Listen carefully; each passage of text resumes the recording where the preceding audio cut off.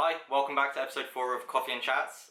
This week I'm going to discuss how I got into climbing, why I got into climbing, what sporting background I had before I started climbing, and whether I think that background helped me progress as much as I have so far. So the reason I got into climbing in the first place is that I damaged my MCL playing water polo, and my housemate in my old house called Torga decided that bouldering would be a seemingly good idea. Granted, I had kind of got the all clear from my doctor to go as long as I taped it up and stuff. Once he took me that first time, I kind of fell in love with the sport. It just seemed really rewarding and kind of a personal challenge, which I missed from my swimming days. And, that leads on to the next bit. And I had the background from the age of 9 or 10 of competitive swimming and playing rugby. And then when I got to university, I decided to stop swimming and start playing water polo and weightlifting and Olympic weightlifting for a while. I think coming from a reasonably sporting background in general will help a lot with the strength aspects of the sport, because whether or not we want to admit it, there is a certain element of strength and conditioning required to climb at a decent level. I'm not saying that I'm a pro climber in any way, shape or form. I mean, I'm average. I'm distinctly average.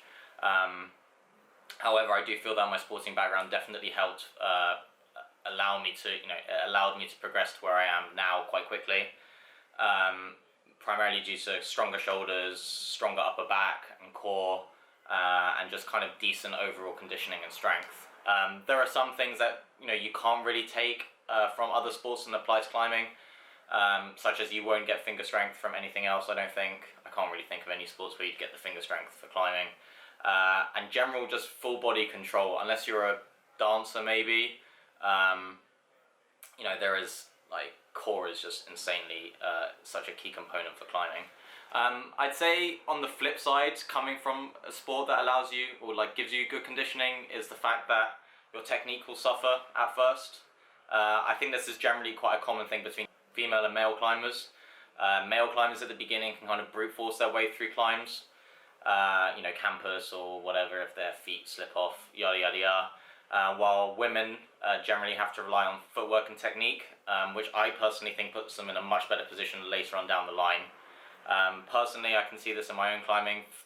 I've been climbing for a year and a half now.